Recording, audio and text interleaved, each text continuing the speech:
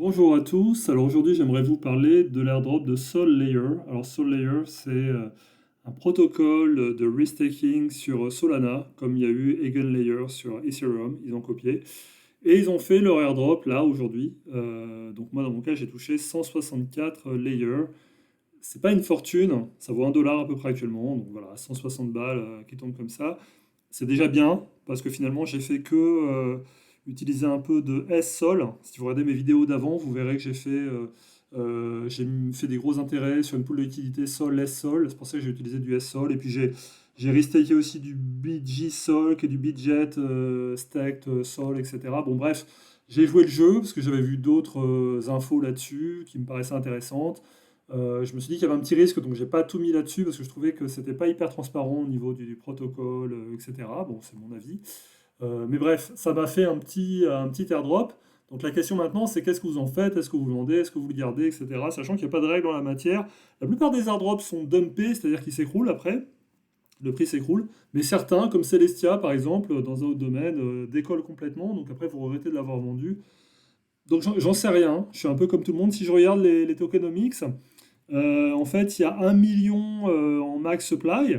Ils en ont libéré 220 000, donc 22%, soit. Ok, donc c'est pas beaucoup. Ça veut dire qu'ils vont en libérer plus dans les mois qui viennent, certainement. Moi, j'ai vu que j'avais une partie qui serait libérée pour moi-même. L'autre moitié, en fait, là, j'ai reçu qu'une moitié dans les 6 mois, je crois.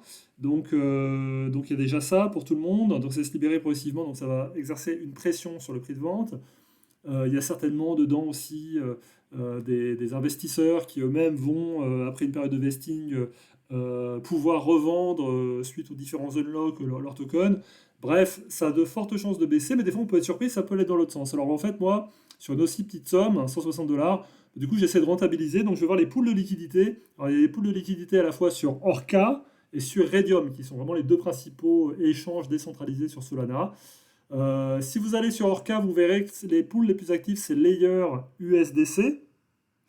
Si vous allez sur Redium, les pools les plus actifs, c'est Layer Sol, comme vous pouvez le voir là sur l'écran. Moi, Layer Sol, ça me paraît plus intéressant parce que si jamais le marché monte, en général, les deux vont monter en même temps quand même si Layer peut moins monter ou voire baisser par rapport à Sol. Si, si le marché descend, ils vont normalement baisser en même temps. Pas forcément de la même valeur, mais en même temps.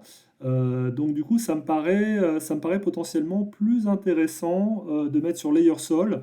Voilà, les deux actifs me semblent plus en phase que si je mets sur Layer USDC par exemple, donc moins d'impermanent loss potentiellement, c'est pas garanti. Voilà. Si je regarde la rentabilité, bon, on serait au-dessus de 999%. Bon, ce qu'il faut regarder aussi, parce que ça, c'est vraiment des rentabilités calculées sur quelques heures, vu que le jeton vient d'être libéré. Donc, il faut regarder aussi les graphes, en fait, pour voir l'activité.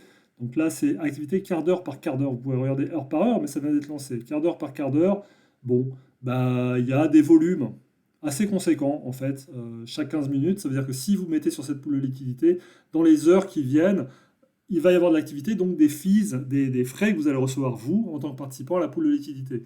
Par exemple, si vous regardez sur cette autre pool où il y a des frais de 2% pour les gens qui échangent, ben en fait, ça s'est écroulé très rapidement les volumes.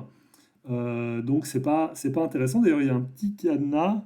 Apparemment, il y a du lock liquidity là-dessus. Donc bref, c'est compliqué sur cette pool de liquidité. Donc ce que je conseille, c'est d'aller sur... Enfin, je conseille rien. Ce que moi j'ai fait en tout cas, c'est que j'ai été sur celle à 1%. Voilà, je veux toucher des frais pendant au moins quelques heures, voire quelques jours.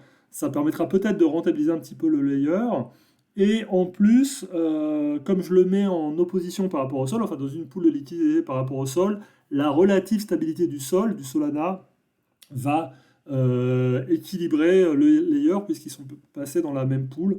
Bref, c'est une façon de moyenner les variations d'un token qui vient d'être lancé, donc qui va avoir une forte volatilité, et en plus de percevoir des frais. C'est pas la seule façon de rentabiliser ce type d'airdrop, mais c'est ma façon à moi.